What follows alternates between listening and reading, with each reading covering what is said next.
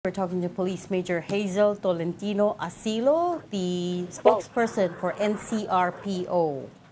Good afternoon, Hi, Major. Major General. Good Yes, ma'am. afternoon. Magandang hapon po. Gandang hapon po. Magandang hapon po, sir.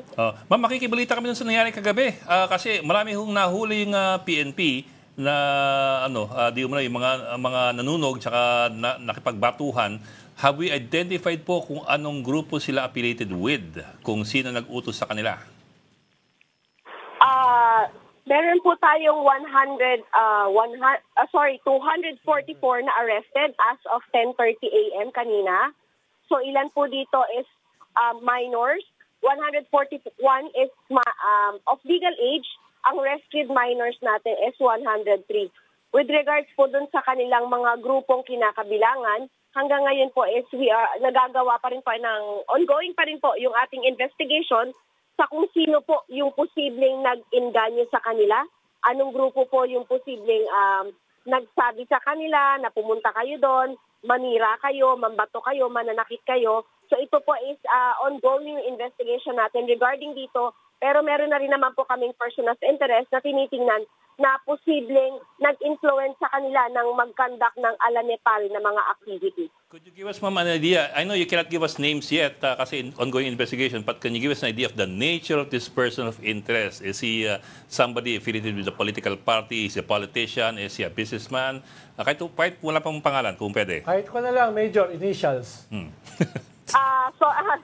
Isa po siyang parang content creator, rapper siya, isa siyang rapper na tinitingnan nitong ating mga kabataan. Previously meron siyang mga post sa social media na nag-iinganyo po siya na mag-dress in all black, mag-mask ng black. Sabi nga po nila, ang parang paniniwala nila is no face, no case.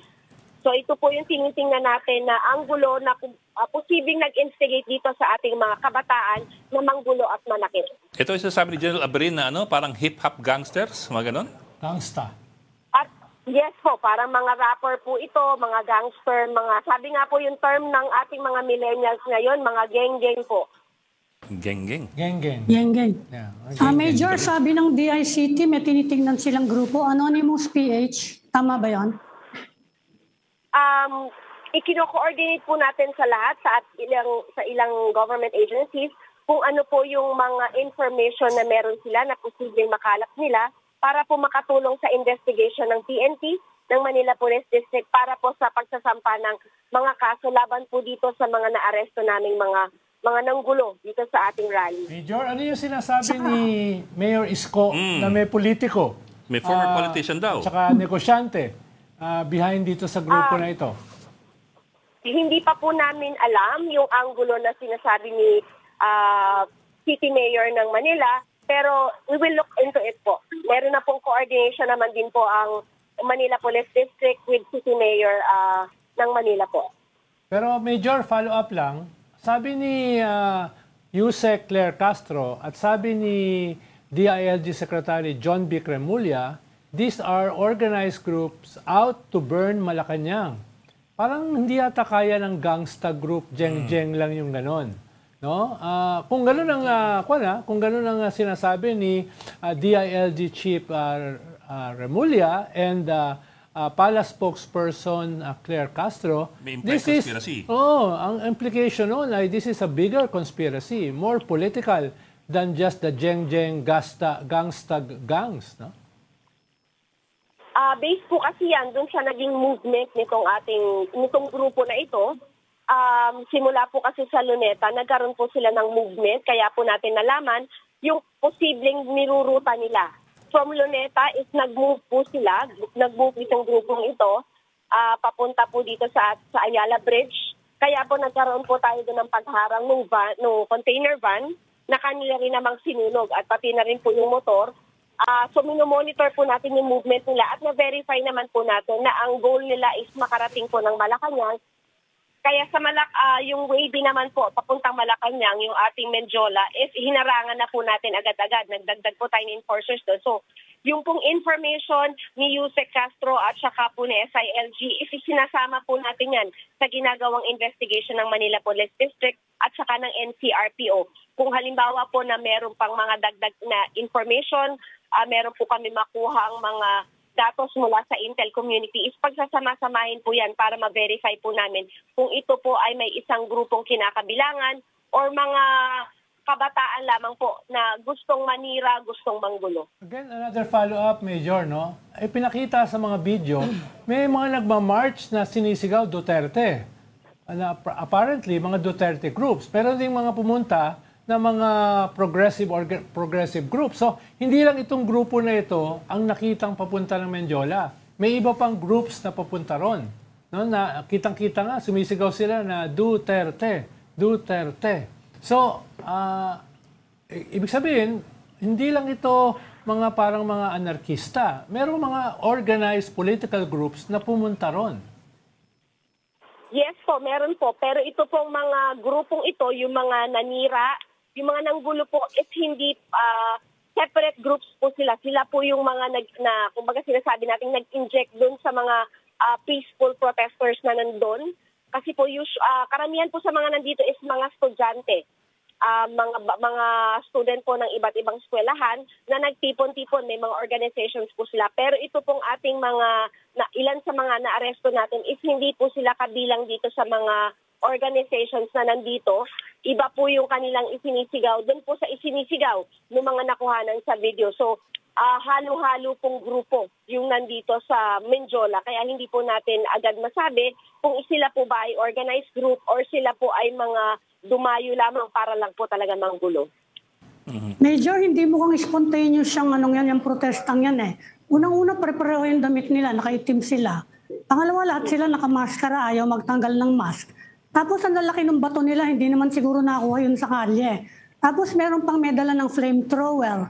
Tapos meron pang ibang may mga kutsilyo. It looks like an organized, planned violence eh. In fact, yun na sinabi ni Secretary Remulla kahapon, ni John Vic Remulla, mukha daw organized niya. At saka, sino bang alam niyo na ba kung sino nagturo sa kanilang gumawa ng Molotov? It's not easy to make that, no? Although, medyo simple siya, but you have to be careful handling it, no? Alam na ba kung ano? At saka yan, no, may mga ganyan sila. Ang lalaki ng batong yan, they're not ordinary rocks na pinupulot lang sa kalye. Dala-dala nila yan dyan. So mukhang pinagbalakan talaga. And the fact na ang fa-file sa kanila is sedition, merong political element yan kung itutuloy nila yon. Yung charge na yon. So, yes, anong sabi niyo sa mga ganong ano? Based po sa aming ginawang pag-iimbestiga, gano'n na rin po sa aming social media monitoring, yun po kanilang pagsusuot ng all black at yung kanilang pagsusuot ng mask ay kasama po dun sa naging sinabi nung isang nag-inganyo sa kanila, yung kumbaga po nag-inganyo sa kanila na magsuot silang lahat ng black, magsuot sila ng mask para wala silang pagkakakilanlan.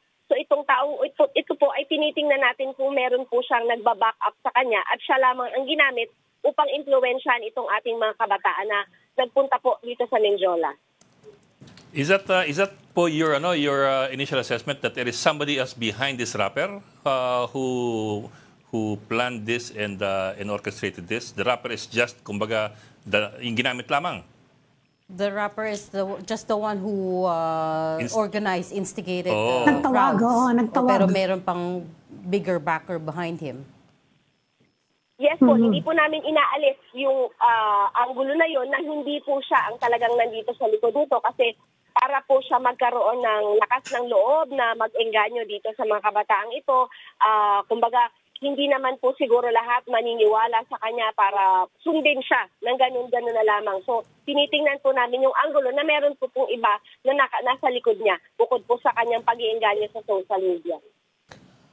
Major, there was, yung last update namin is may isang lalaking protester who died and another one who suffered a gunshot wound. May updates po ba kayo dun sa the one who was still in the hospital? minomonitor po namin at bine-verify kung yun pong ating mga casual, yung isang casualty po is kung talaga pong siya ay nanggaling po doon sa rally. Sinecheck po namin dahil based po din sa information na bine-verify namin sa ngayon is nagkaroon din po ng riot doon sa area na yon. So hindi po sa rally talaga siya nanggaling at yun po yung aming bine-verify ngayon sa area at sa Manila Police District. Pero yung riot sa Menjola rin nangyari, correct? Yes po. Pero ma'am, at the very least, can we confirm kung meron ngang namatay? Is that true? Kasi that's been going around. That's number one, kung meron ba namatay talaga. At number two, kung meron ba tinamaan talaga ng bala? Based po sa report ng Manila, yes po, based sa report po ng Manila Police District, meron po isang namatay sa saksak. Hindi po siya kilala, wala po siyang pagkakakilanlan. At meron din po namang sinasabing meron pong gunshot wound na ngayon po ay na-confine dito sa isang ospital sa Maynila. Pinuntahan pa po siya ng ating investigador. Yun nga lang po, unconscious pa po itong ating naka-confine na dyan. May pangalan po siya pero hindi po siya taga Manila. So inaalam po natin kung bakit siya nandun sa area na siya ay natagpuan. So lahat ng ito po ay part pa rin po ng investigation ng NCRPO. So at this point, hindi niyo po masabi definitively if they were, yung namatay is because of the rally or whether it was because of the separate riot, same as with the one yung nabaril. Yes po, dahil yung regarding po dun sa pagkakabaril, inaalam po natin dahil wala naman pong nagpaputok sa area na yon dahil wala pong pulis nung time na yon. Ang ating mga pong pulis, para po sa kaalaman ng lahat, ay wala pong dalang baril. Yung CDM contingents po natin, armado lamang po sila ng baton at ng shield. So inaalam po natin kung sino po ang bumaril sa kanya, kung nabaril man po talaga siya. At syempre po sa tulong po ng mga CCTV doon sa area is malalaman po natin kung ano po talaga ang nangyari doon sa dalawang questioned individual. Ma'am, you're talking about yung civil... ko lang, sabi nyo, 244 arrested. Ilan po yung finailan ng kaso? Kasi 103 kamo minors Ilan ba talaga yung finailan na ng kaso? At as of this kasi sinabi ka nga po ni Sec. Remulla, kahit naman daw mga bata, pwede pa rin pailan ng kaso.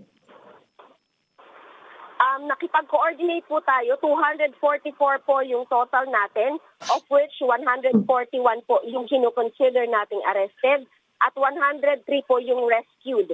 Kasi po mga minors sila.